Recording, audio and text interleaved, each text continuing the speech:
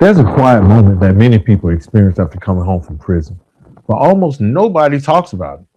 It's not the moment of release, it's not the first job interview, it's not even the first night sleeping in a real bed. It's the moment when everything finally goes silent.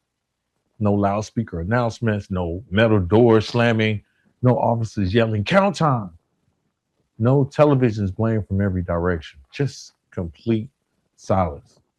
And at first, that silence feels like freedom. But here's the uncomfortable question I want to ask you today.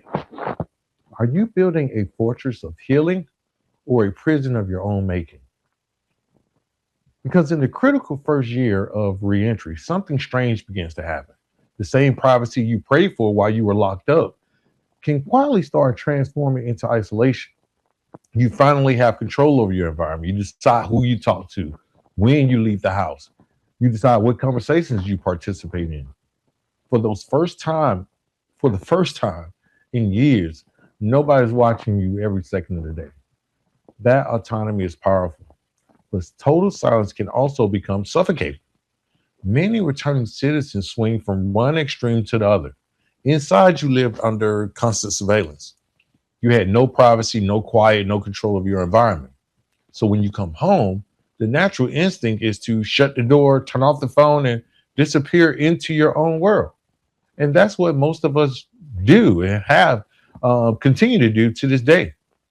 And for a little while, that feels like freedom. It feels like healing. But if we're not careful, that quiet sanctuary can become something else: isolation.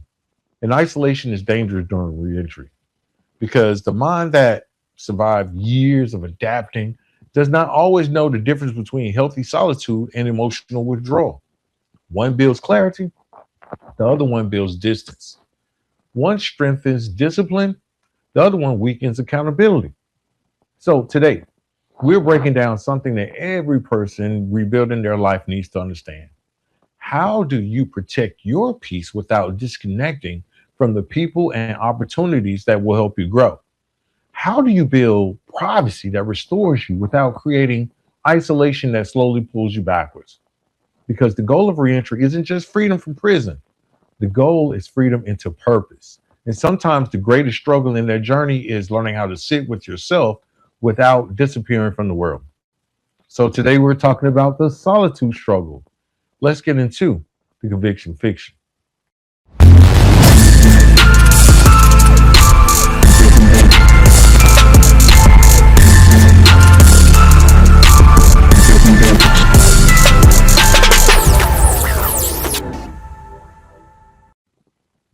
All right, welcome back, guys. My name is Antoine Rivers. I'm the host of the Conviction Fiction. And one of the strangest adjustments during reentry is learning how to exist in a world where privacy suddenly exists again. Inside prison, privacy doesn't exist. Your schedule is monitored, your movement is restricted, your conversations are overheard. Even your sleep is interrupted by counts, noise, and the constant presence of other people. You are rarely alone with your thoughts. So when someone comes home and suddenly has access to a private bedroom, a smartphone, a laptop, and the ability to close a door, it can feel almost surreal. For the first time in years, you can create your own little universe. Your phone becomes a portal.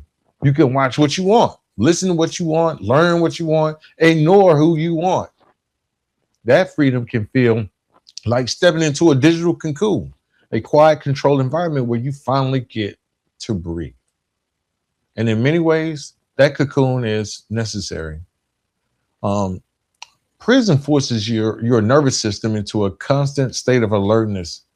The brain becomes conditioned for hypervigilance. You learn to read rooms quickly. You scan people for potential threats. You sleep lightly. Your body becomes trained to survive chaos. So when you finally return home and everything becomes quiet, your brain experiences something powerful, and that's relief. That silence sends a signal to your nervous system that says, you're safe now. Your brain begins releasing stress hormones that it has been holding on to for years, and the body finally has space to decompress. And this is why many returning citizens instinctively withdraw from social environments in the early stages of reentry. I didn't want to go around crowds because crowds felt overwhelming. Too many conversations going on at the same time, and it was just exhausting. That stimulation felt like chaos all over again. So I did what most of us do. We retreat. We stay home. We keep our circle extremely small. We limit who has access to our time and our energy. At first glance, that seems healthy. And sometimes it is. But here's the catch. Here's the catch. When you are in the reentry process and you are closing yourself off from everybody else, your brain does something. Your brain does something during this process. It starts confusing silence with safety. The same instinct that protected you in prison, like staying quiet, keeping your head low, keeping your business to yourself, can follow you into free society. And if you're not careful, that protective instinct can become a lifestyle. Instead of learning how to navigate new environments, you avoid them. Instead of building new relationships, you remain guarded. Instead of stepping into opportunity, you remain comfortable inside your cocoon. And slowly, without realizing it, your world begins to shrink. You are free, but you are not expanding. This is where many people unintentionally recreate a smaller version of the same psychological cell they just left behind. Not made of steel bars, but made of comfort zones.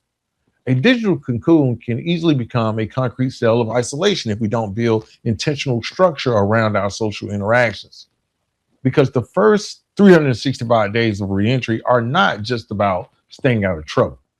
They're about retraining your relationship with the world, learning when to step back, learning when to step forward, learning when solitude strengthens you,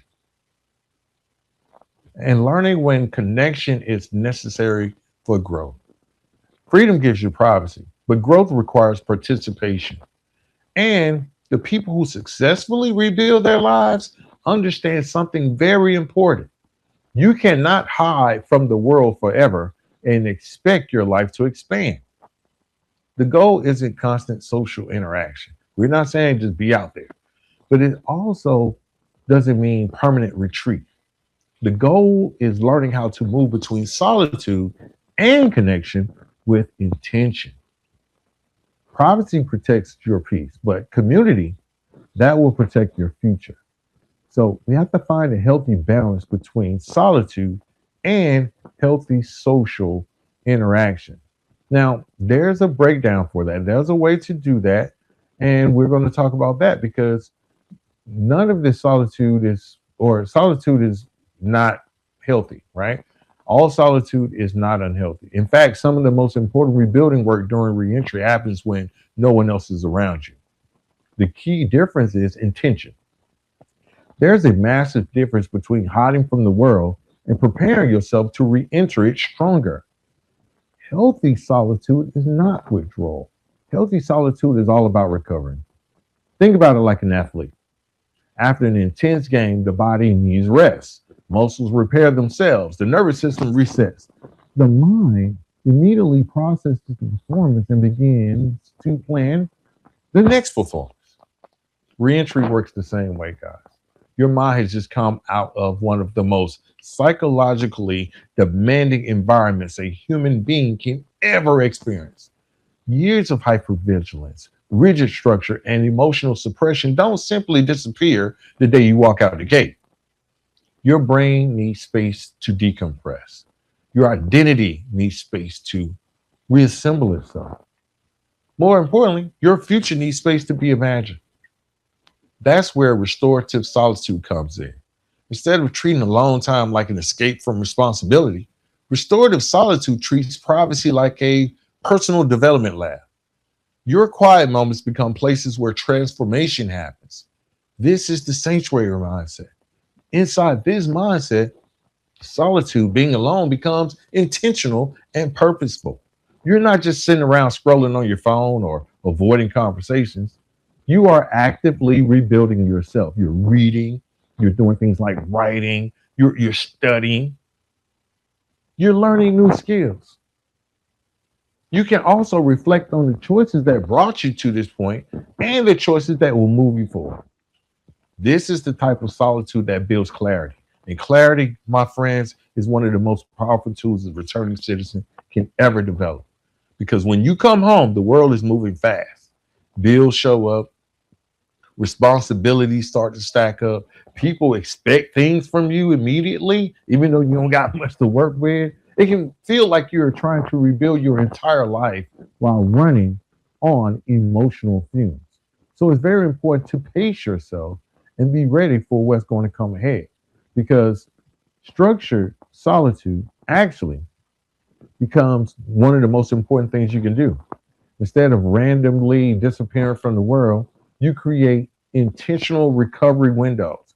Maybe that looks like 30 minutes in the morning before the house wakes up, or maybe an hour in the evening where the phone goes silent, you turn it off, and you focus on learning something new.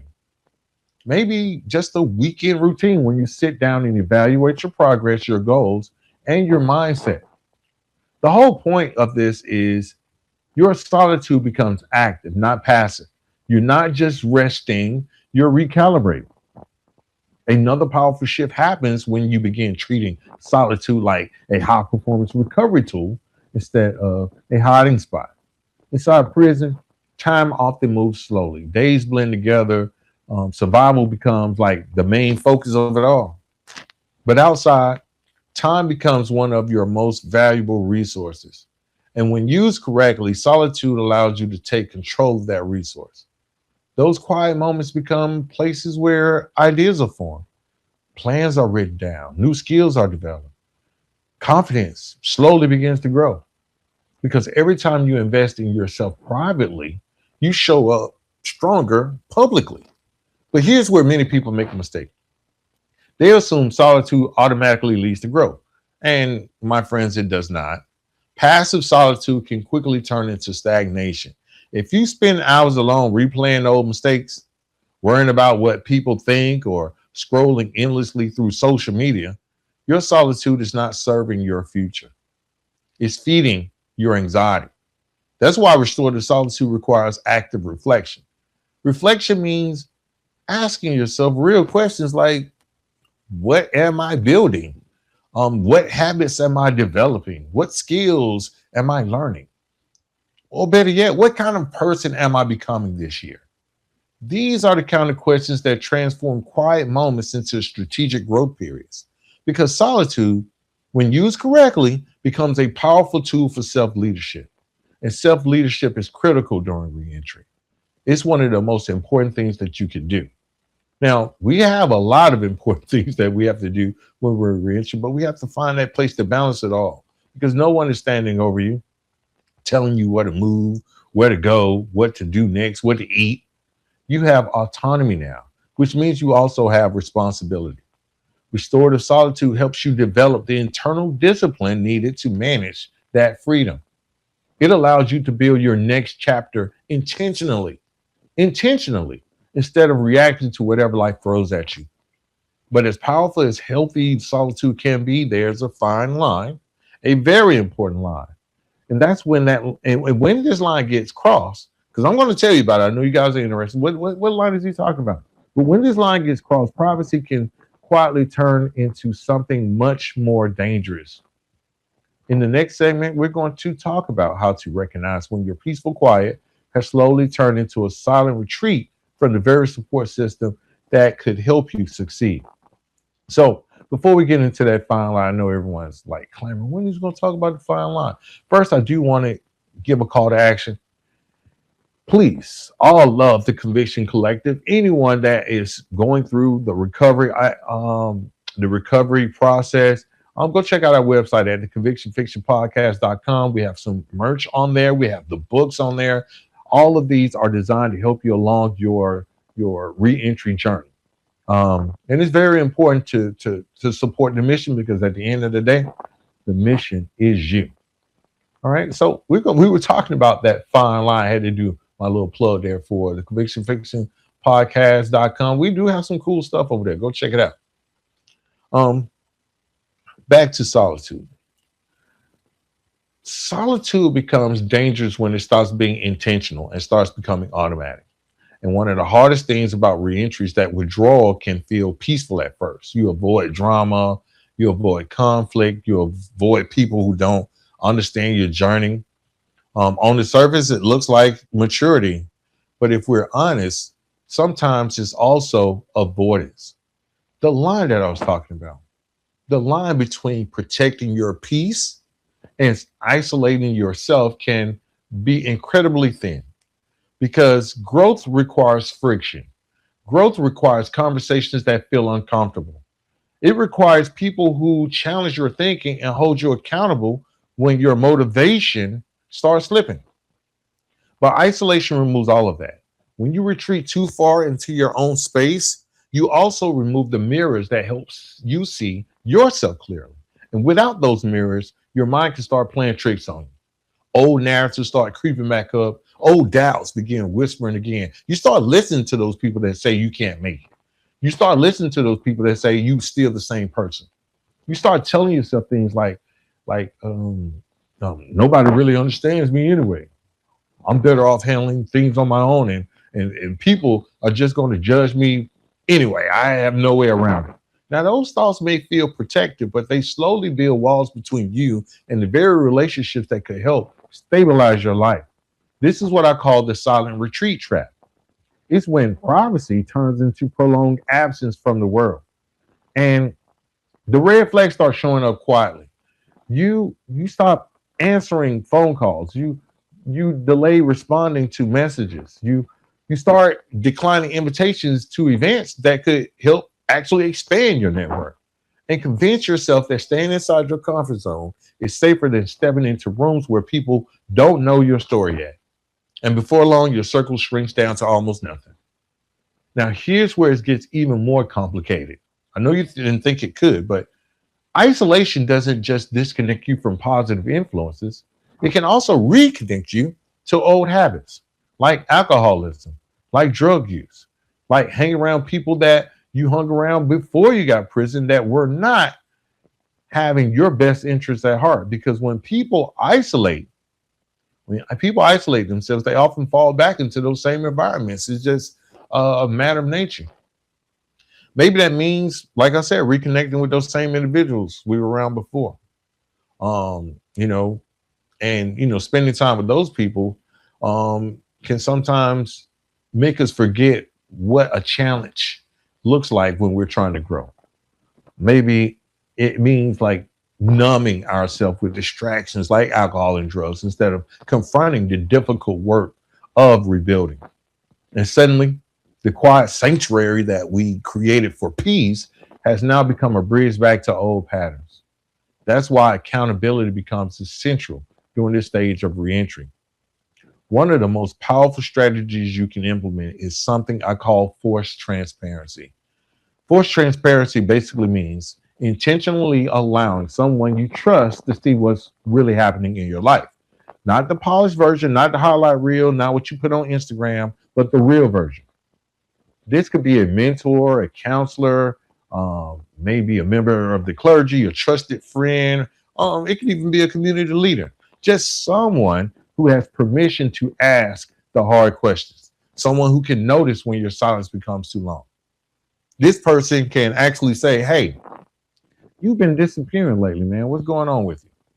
Because sometimes the greatest danger during reentry isn't outside pressure, it's unchecked isolation. When no one sees your struggles, those struggles grow quietly in the background. Nobody else can see it but you. But when you invite the right people into your life, they shine light into those darker corners. And light changes everything.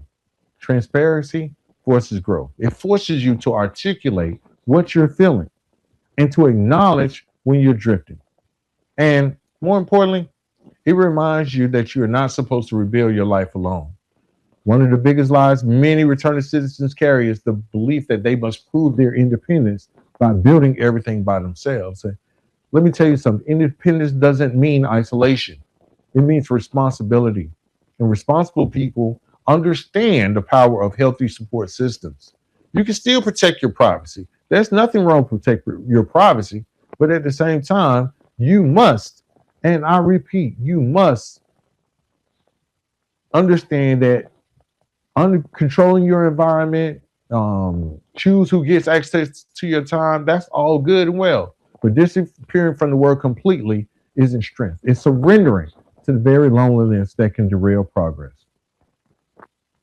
Um, and if solitude is going to serve your future instead of sabotage it, you must remain connected to the people who remind you of the life you're trying to rebuild. The world is a huge place, guys, but it's also small. And the goal isn't to retreat from the world. The goal is to re-enter the world stronger, clearer, and more intentional than ever before. Most of it, these steps are new for us right now, but we got to leverage our privacy to, bigger things. We once we learn how to manage solitude correctly, something powerful begins to happen. The quiet that once felt strange starts becoming productive. And for many returning citizens, this is where privacy becomes one of the greatest competitive advantages you can have. In 2026, guys, the economy is shifting. People are building businesses from laptops. You got creators out here producing content from home studios, like myself. More freelancers out there generating income from through skill-based work online. This means that the same quiet environment you created for healing can also become a launch pad for economic independence, but only if you use it and use it intentionally. One of the most underrated concepts in modern productivity is something called deep work. Deep work is the ability to focus on complex tasks without distraction from extended or um, um, being distracted for extended periods of times. No phone notifications, no interruptions, no random conversations pulling your attention away. Oh, I got to get this call. Just focused effort. And here's the most underrated truth people overlook. Deep work is becoming increasingly rare. In a world where everyone is constantly distracted by social media, phones, notifications, and endless digital noise, the ability to sit quietly and focus for hours has become somewhat of a superpower. And it's so ironic that most of the people who listen to this show, most of the people that are in the Conviction Collective, have come home from prison already with a foundation of this skill. Inside, you had to learn how to read for long periods. You had to learn how to think deeply. You had to learn how to sit with your thoughts. Those mental muscles didn't disappear when you came home. They just need to be redirected. Your private environment can become what I like to call a laboratory for growth, a place where ideas are tested before they are introduced to the world, a place where your skills are sharpened without outside pressure. This place is where your next chapter is quietly being built while everyone else is being distracted. Maybe you use that solitude to learn digital skills, maybe graphic design or video editing. Maybe you want to do something just totally out of the box by writing or creating a podcast, start a small online store. There's so many possibilities and options out there. Maybe you want to develop a consulting service based on the experience you gained. The opportunities are endless. But here's the important part. Your solitude must still be connected to the outside world because building something valuable requires feedback. It requires collaboration. It requires networking. You cannot grow a business entirely inside your own bubble. At some point, your ideas must interact with other people. This is where balance becomes critical. You use solitude to create, but you use connection to expand. Think of solitude as your workshop and the outside world as your marketplace. Inside the workshop, you hone your craft, you make mistakes, you test ideas, you improve your skills. You eventually have to step outside and show the world what you got. And this rhythm, creating privately and sharing publicly, becomes the engine that drives long-term growth. Without solitude, you struggle to focus.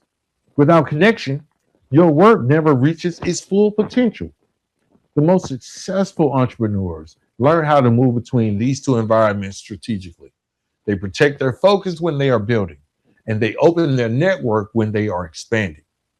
For all of our returning citizens, this approach can be life changing because it removes the pressure of trying to prove yourself immediately.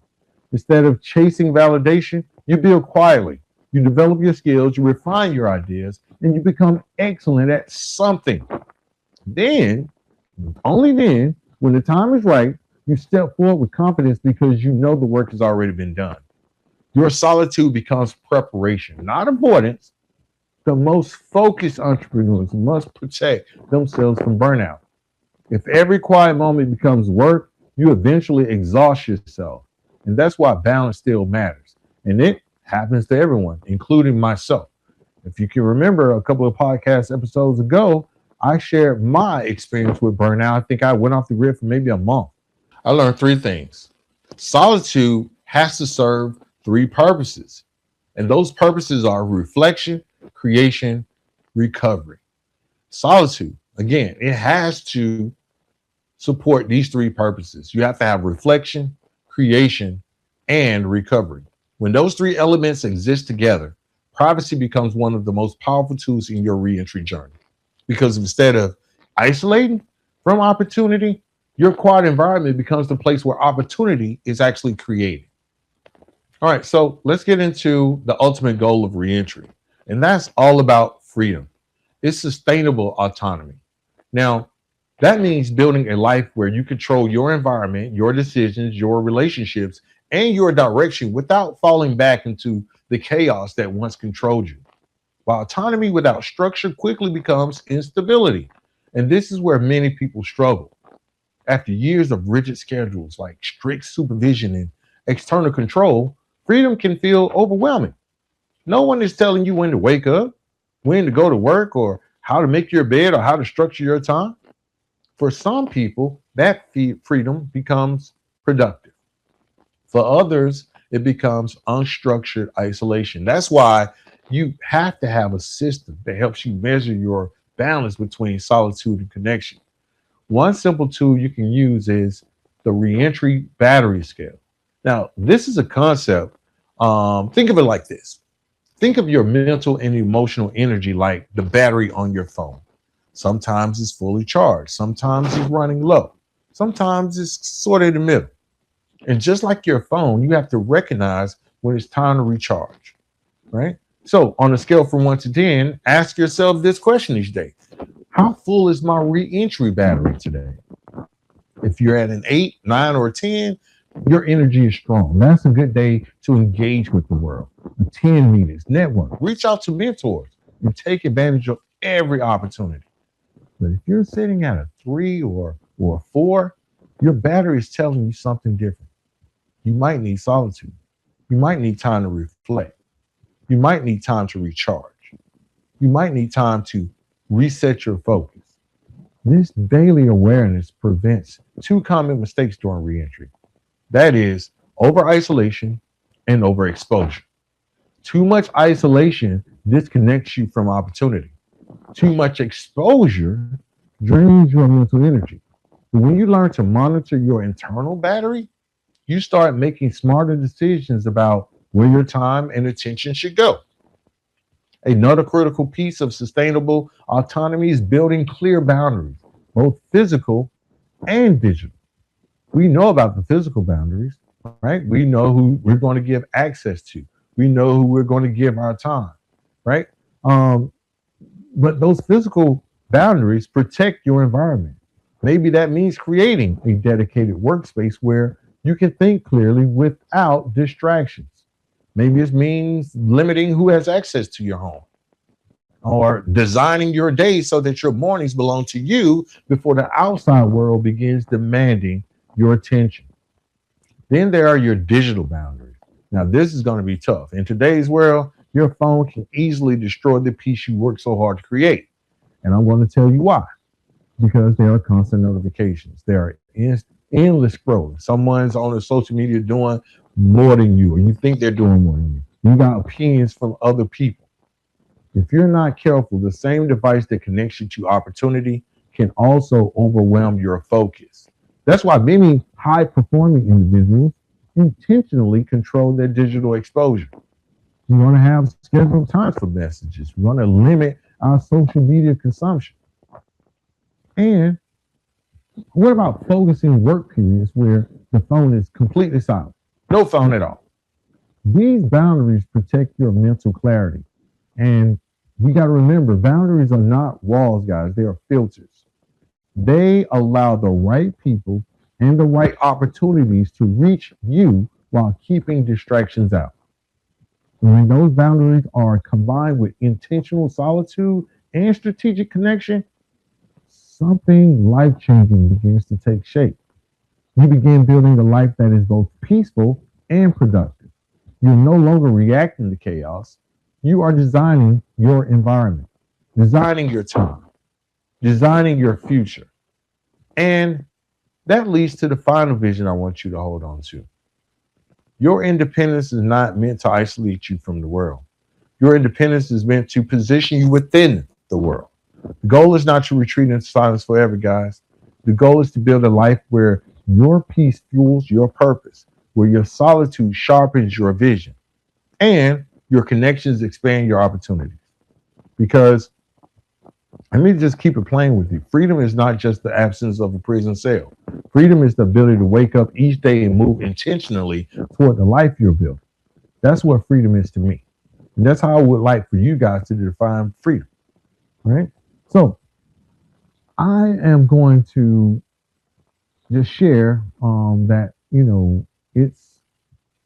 it's a balance, right? You have to learn to lead your own transformation.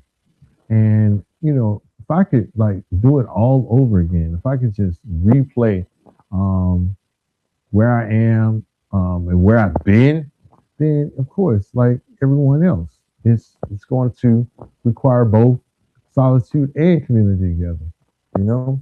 And when I have those two forces, I can almost guarantee that I'm going to survive the reentry or the successful reentry back into society. Now, if today's episode resonated with you, if you want to take a moment and reflect on your own balance between privacy and connection, by all means do it.